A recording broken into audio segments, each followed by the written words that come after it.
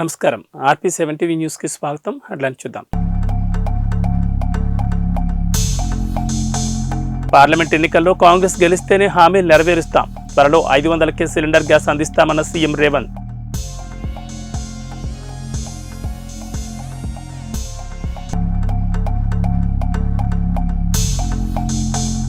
మరోసారి ప్రధానిగా మోడీని ఎన్నుకోవాలి. లోక్సభ ఎన్నికల్లో బీజేపీకి ఓటు వేయాలన్న బండి సంజయ్.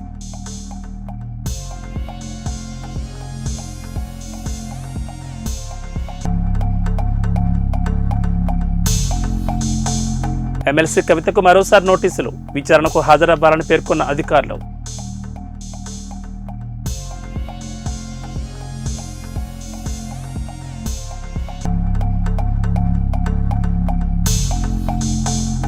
రేవంత్ రెడ్డి తెలంగాణకు సీఎమ్మా?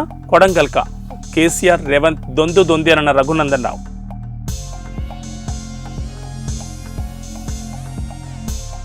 సబ్సిడీ గ్యాస్ సిలిండర్ హామీపై తెలంగాణ ముఖ్యమంత్రి రేవంత్ రెడ్డి కీలక వ్యాఖ్యలు చేశారు. మరో వారం రోజుల్లో 500కే గ్యాస్ సిలిండర్ను అందించనున్నట్లు తెలిపారు. నారాయణపేట జిల్లా కొస్గిలో నారాయణపేట కొడంగల్ ఎత్తిపోతల పథకం సహా పలు అభివృద్ధి పనులకు మంత్రులతో కలిసి సీఎం శంకుస్థాపన చేశారు. ఈ సందర్భంగా పలు అంశాలపై మాట్లాడారు. 6 ఎన్నికల హామీల్లో 2ంటిని ఇప్పటికే అమలు చేశామన్నారు. ఈ సందర్భంగా మాజీ సీఎం కేసీఆర్పై రేవంత్ రెడ్డి విమర్శలు గుప్పించారు. భీమా, నెట్టంపాడు, కోయిలిసాగర్, కలవకుర్తి, ఎస్ఎల్బీ, దేవాదల, ప్రాణహిత చేవెళ్ల ప్రాజెక్టులను డబ్బులు దండుకుని అసంపూర్తిగా వదిలేశారన్నారు. 2 లక్షల కోట్లు ఖర్చు చేసినా పనులు పూర్తి కాలేదన్నారు. పాలమూరు, రంగారెడ్డి ఎత్తిపోతల పేరుతో 27,000 కోట్లు ఖర్చు చేసినా 1 ఎకరాకు నీరు పారలేదన్నారు. ఏపీ సీఎం జగన్మోహన్ రెడ్డి రోజుకు 12 టీఎంసీల నీరు తరలించకపోతున్నా చూస్తూ ఉండిపోయారని దుయ్యబట్టారు. మిత్రులారా, ఈ రోజు ఆర్టీసీ బస్సులో మహిళలకు ఉచితంగా ప్రయాణం జరగాలన్నా, రాజీవ్ ఆరోగ్యశ్రీలో 10 లక్షల రూపాయలు మీకు పరిహారం రావాలన్నా, 500 రూపాయలకే సిలిండర్ రావాలన్నా, 200 యూనిట్లు ఉచిత కరెంటు రావాలన్నా, రైతులకు 2 లక్షల రూపాయల రైతు రుణమాఫీ జరగాలన్నా మనం ఏం చేయాలి మిత్రులారా? ఏం చేయాలి? గట్టిగా, ఇంకా గట్టిగా ఢిల్లీలో ఉన్న మోడీకి వినిపించాలి. గల్లీలో ఫామ్ హౌస్ లో వండుకున్న కేడీకి కూడా వినిపించాలి కొడంగల్ గలం. అందుకే మిత్రులారా, రాబోయే పార్లమెంటు ఎన్నికల్లో 14 పార్లమెంటు సీట్లను ఈ తెలంగాణ గడ్డ మీద నుంచి గెలిపించాలి. మీరందరు సిద్ధమేనా? సిద్ధమన్న వాళ్ళందరూ చేతులు పైకెత్తండి. సిద్ధమేనా?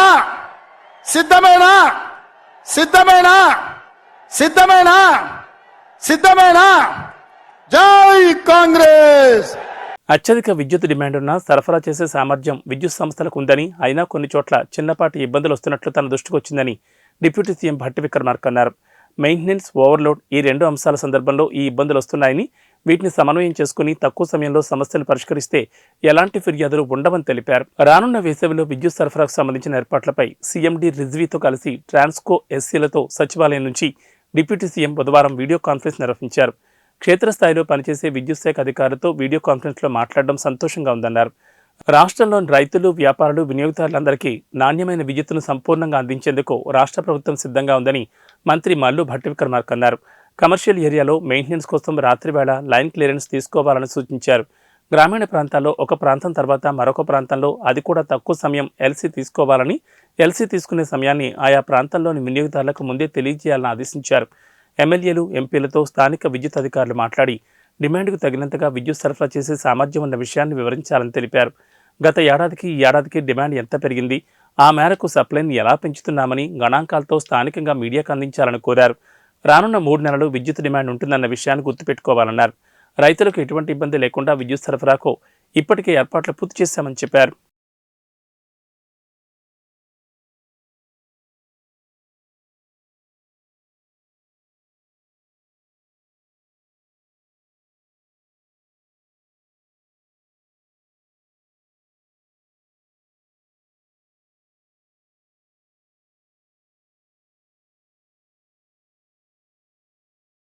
ఎంతో మంది కరసేవకుల బలిదానాల, త్యాగాల స్ఫూర్తిగా రామాలయాన్ని నిర్మించిన అవతార పురుషుడు ప్రధాని నరేంద్ర మోడీ అని, అలాంటి మోడీ రాజ్యం కావాలా, రాక్షసుల్లా వస్తున్న కాంగ్రెస్, బీఆర్ఎస్ రజాకార్ల పాలన కావాలా అనే విషయాన్ని ప్రజలు నిర్ణయించుకోవాలని కరీంనగర్ ఎంపీ, బీజేపీ జాతీయ ప్రధాన కార్యదర్శి బండి సంజయ్ అన్నారు. అయోధ్యలో బాబ్రీ మసీదు ఉండాలని, వారిని బట్టలు ఉడదీసుకొట్టాలని, రాముడి పుట్టుకను ప్రశ్నిస్తున్న పార్టీలను రాజకీయ సమాజ్ చేయాలని ప్రజలకు పిలుపునిచ్చారు. ప్రజల పక్షాన ఉద్యమించి తాము పోరాడితే కాంగ్రెస్ పార్టీ మోసపూరిత 6 గ్యారంటీల హామీలతో అధికారంలోకి వచ్చిందన్నారు. జాతీయ స్థాయి నాయకుడిగా దేశంలో చక్రం తిప్పుతారని భావించిన కేసీఆర్ తెలంగాణ ప్రజల తీర్పుతో బొక్కబోర్లా పడి ఫామ్ హౌస్ కు పరిమితమయ్యారని ఎద్దేవా చేశారు. జేపీ నడ్డా గారి నాయకత్వం, కిషన్ రెడ్డి గారి నాయకత్వం, భారత్ మాతాకి అన్న ఇంతకుముందే బాబాన చెప్పిండే. తెలుసా ఏం జరిగిందో? పొద్దున్న టీవీ చూసిరా? ఇప్పుడు మీరంతా ఇదే బిజీయా? ఈ వీడియోలు మొత్తం మోగిస్తున్నాడు. అయ్యా రామ్జీ గోండ్ గొప్ప వ్యక్తి కాదా? అవునా కాదా? ఇటు తుర్కులను అటు బ్రిటిష్ వాళ్ళు రజాకారులను ఇద్దరిని ఉరికించిండా లేదా? లాస్ట్ కు ఆయన ముందు ఒట్లాడలేక తుర్కులు బ్రిటిష్ వాళ్ళు కలిసి ఏం చేసిర్రు? ఉరిపెట్టారు. ఏడా నిర్మల్ల ఇంకెంతమంది పెట్టారు? 1000 మందిని పెట్టారు. అది తప్ప కాదా? వాళ్ళ త్యాగాలా కాదా? వాళ్ళ గొప్పతనమా కాదా?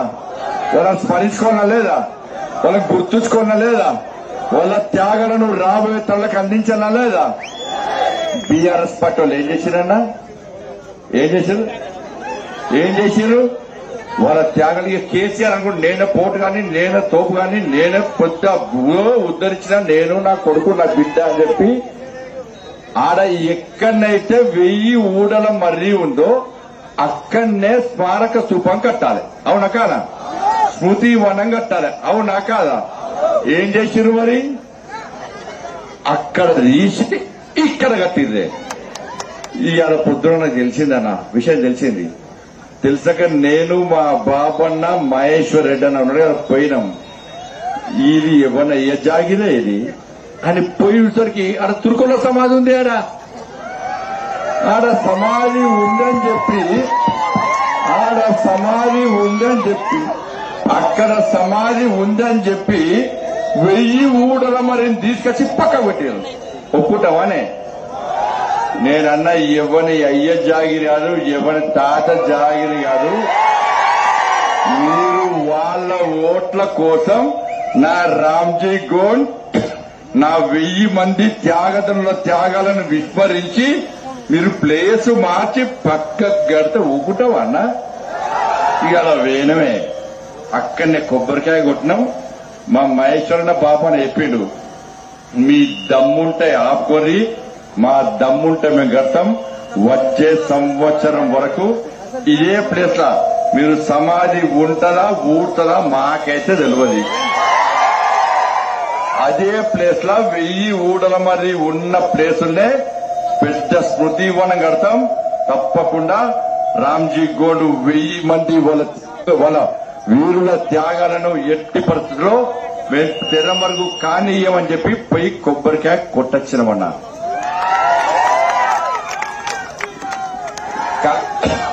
కాంగ్రెస్ వాళ్ళకి చెప్పిన పోయినసారి కేసీఆర్ గిట్లనే ఒక వర్గం ఓట్ల కోసం కక్కుతుపడి అక్కడ సమాధి కోసం తపస్సు చేస్తే ఆదిలాబాద్ జిల్లాలో బీఆర్ఎస్ పార్టీని తీసుకొని బంగాళాఖాతాలో కలిపారు. కాంగ్రెస్ పార్టీలో కూడా పొద్దున చెప్పిన మీరు మైనార్టీ డిక్లరేషన్ అని ఇక్కడ 1000 ఊళ్ళ మర్రి తీసి పక్క బీఆర్ఎస్ పెట్టిర్రు.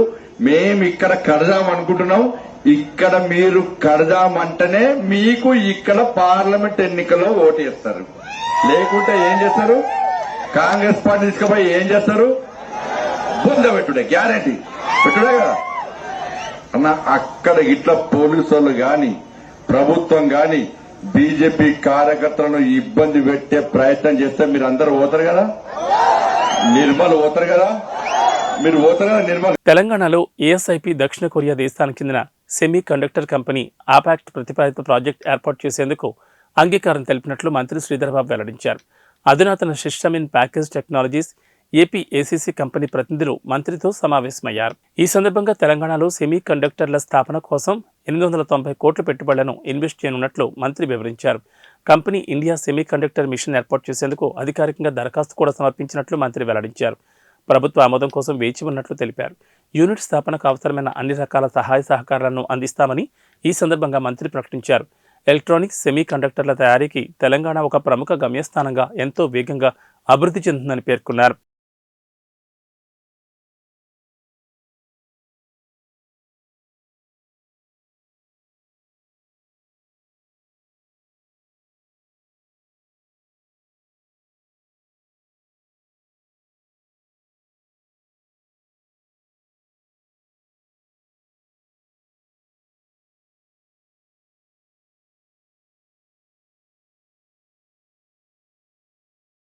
రాష్ట్రంలో ఏ విధమైన ప్రశ్నాపత్రాలైనా సరే లీక్ అవ్వకూడదని ఇప్పటికే ఇదే విషయాన్ని ముఖ్యమంత్రి రేవంత్ రెడ్డి పలుమార్లు హెచ్చరించిన విషయాన్ని అధికారులంతా గుర్తుపెట్టుకుని విధులు నిర్వర్తించాలని చీఫ్ సెక్రటరీ శాంతికుమార్ తెలిపారు.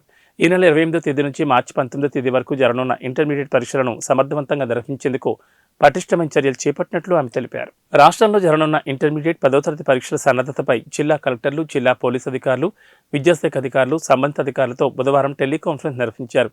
ఈ సందర్భంగా ఇంటర్ పరీక్షలకు ఫస్ట్, సెకండ్ ఇయర్ విద్యార్థులు మొత్తం కలిపి సుమారు 9,80,000 మంది హాజరవుతున్నారని ఆమె చెప్పారు. మొత్తం 1,521 పరీక్షా కేంద్రాల్లో ఈ పరీక్షలు నిర్వహిస్తున్నట్లు వెల్లడించారు. ఉన్నతాధికారులతో సహా ఏ ఉద్యోగి కూడా సెల్ ఫోన్లను పరీక్షా కేంద్రంలోకి తీసుకెళ్లకూడదని, ఎగ్జామ్ సెంటర్లలో ఫోన్లను పూర్తిగా నిషేధించినట్లు స్పష్టం చేశారు. పరీక్షకు సంబంధించిన ప్రశ్నపత్రాలను స్ట్రాంగ్ రూములకు లేదా మూల్యాంకన కేంద్రాలకు తీసుకెళ్లేటప్పుడు పటిష్టమైన బందోబస్తు ఉండాలన్నారు. పరీక్ష పేపర్ల తరలింపుపై జిల్లా స్థాయిలో సంబంధిత పోలీస్ సూపరింటెండెంట్లు, పోస్టల్ డిపార్ట్మెంట్ అధికారులు, ఇతర సంబంధిత అధికారులతో సమీక్ష నిర్వహించాలని సూచించారు. ప్రతి పరీక్షా కేంద్రంలో సీసీటీవీ కెమెరాలను ఏర్పాటు చేయాలని శాంతికుమార్ ఆదేశించారు. సమస్యాత్మక ప్రాంతాల్లో ఉన్న పరీక్షా కేంద్రాల వద్ద ప్రత్యేక భద్రతా చర్యలు చేపట్టాలని సూచించారు.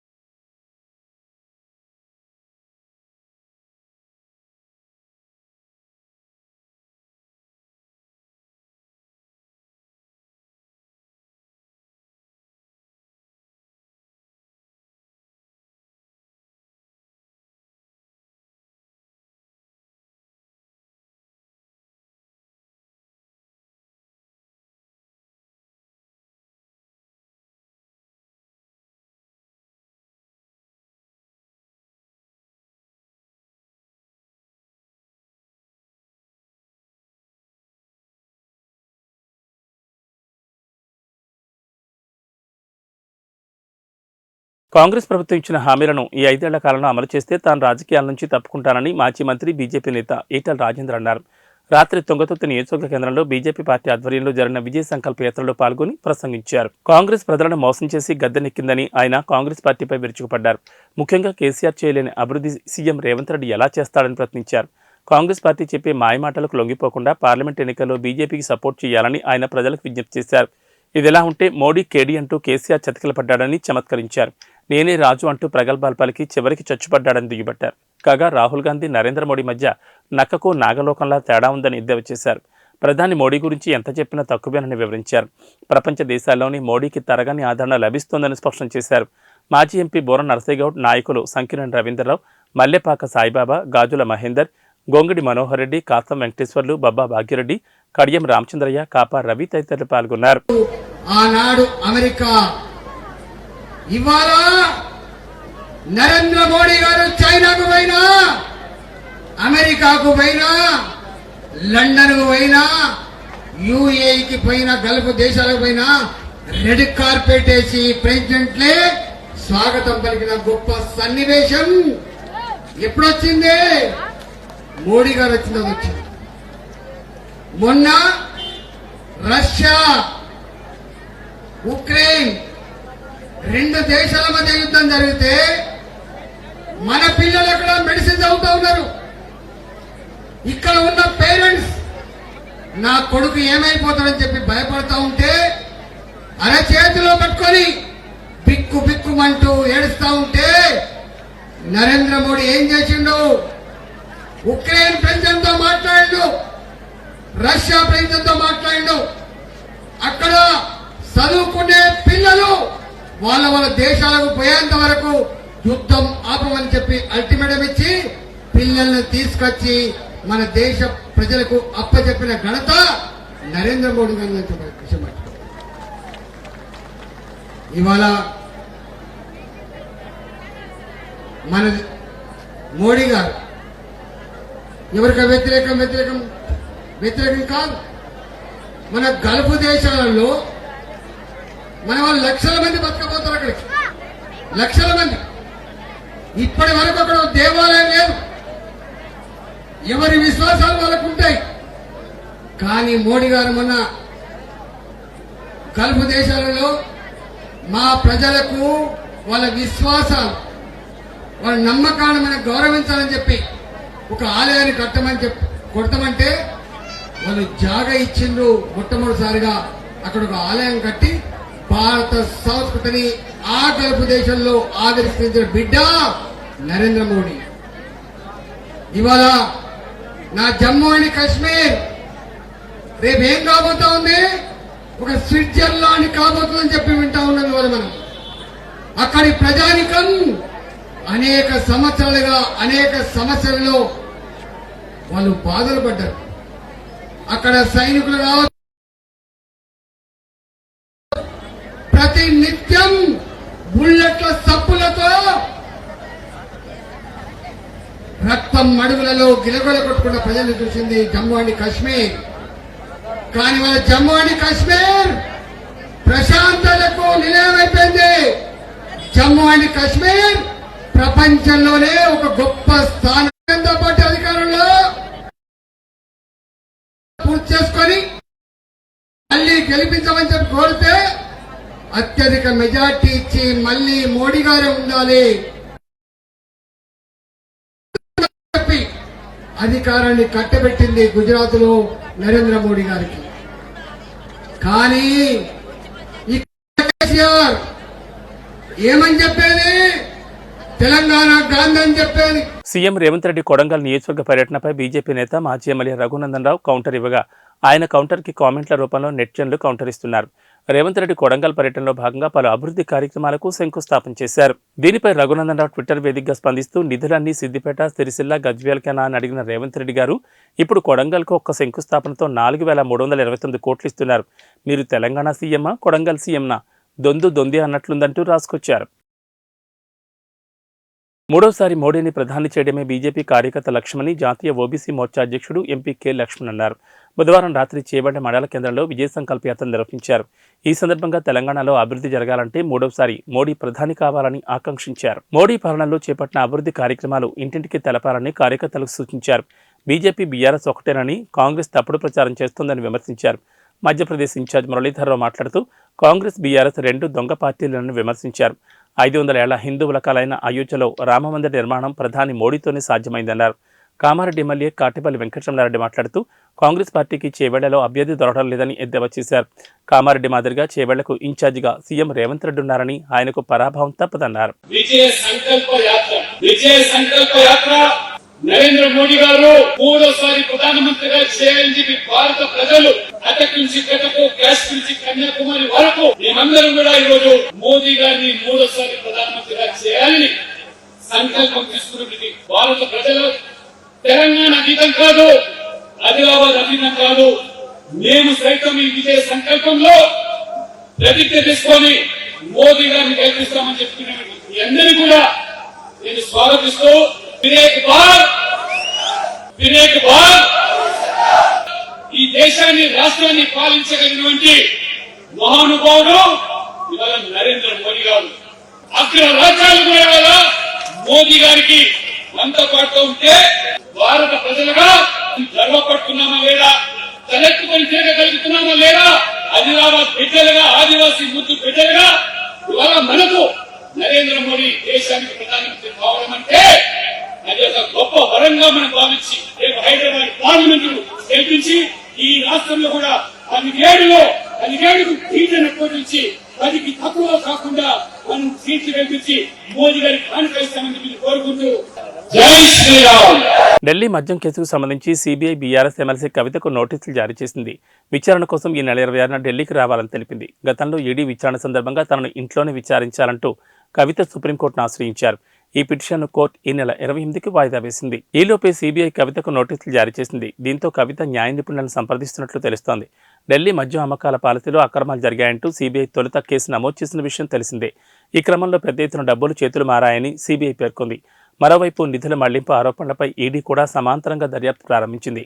గత ఏడాది ఫిబ్రవరి 26న అప్పటి ఢిల్లీ ఉప ముఖ్యమంత్రి సిసోడియాను అరెస్ట్ చేశారు.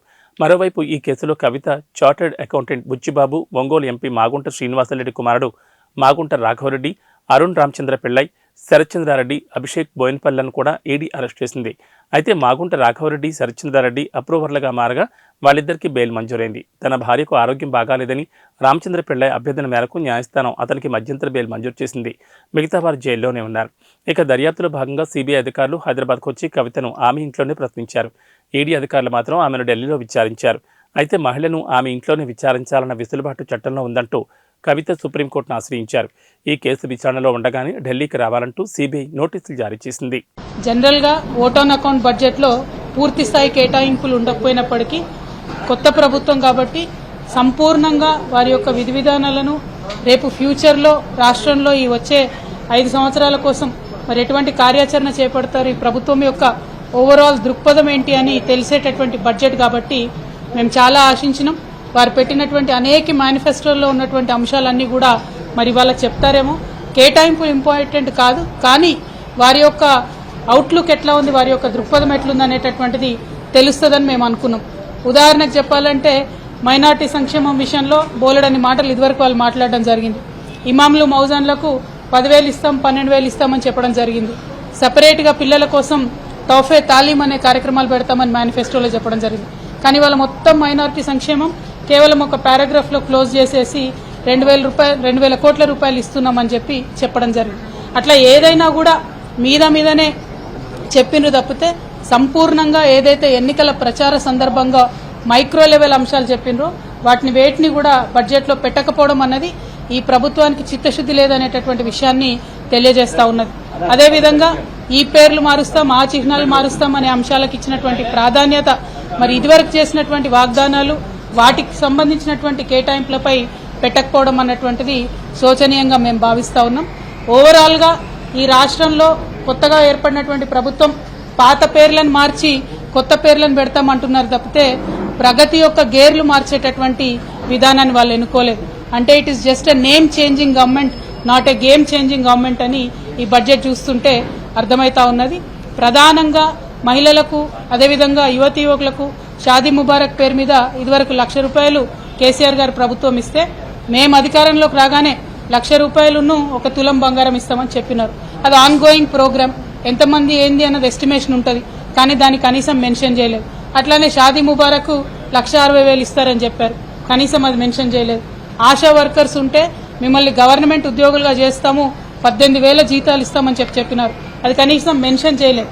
కేటాయింపు చేయకపోయినా ఒక ప్రభుత్వం యొక్క కమిట్మెంట్ ను, చిత్తశుద్ధిని చెప్పేటటువంటి ఒక డాక్యుమెంట్ గా బడ్జెట్ ని చూస్తాం. కాబట్టి మరి ఆ యొక్క ఈ బడ్జెట్ డాక్యుమెంట్ లో ప్రభుత్వం యొక్క ఆ కమిట్మెంట్ లోపించిందని చెప్పి నేను భావిస్తా ఉన్నాను. అదేవిధంగా అనేక వర్గాలకు సంబంధించినటువంటి సంక్షేమానికి సంబంధించి కూడా సంపూర్ణమైనటువంటి అంశాలను చర్చించకుండా ఎంతసేపు పోయిన ప్రభుత్వాలను విమర్శించడానికే ఈ బడ్జెట్ పరిమితం అవ్వడం అన్నది ప్రజలందరూ కూడా గమనించినారని చెప్పి నేను భావిస్తా ఉన్నాను. ఇవి బులెటిన్ విశేషాలు. నమస్కారం.